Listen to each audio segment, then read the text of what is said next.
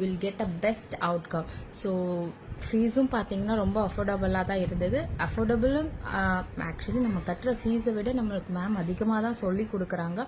Also பார்த்தீங்கன்னா once நான் Feb batch student. So நான் கம்ப்ளீட் பண்ணி ஆல்மோஸ்ட் 2 months ஆயிடுச்சு. பட் டில் நவ் நான் மேம் கிட்ட தென் அண்ட் தேர் எனக்கு என்னென்ன டவுட்ஸ்லாம் இருக்கோ நான் காலோ இல்லை மெசேஜோ பண்ணுவேன். இமீடியட்டாக மேம் கிட்டேருந்து ரிப்ளை வரும்.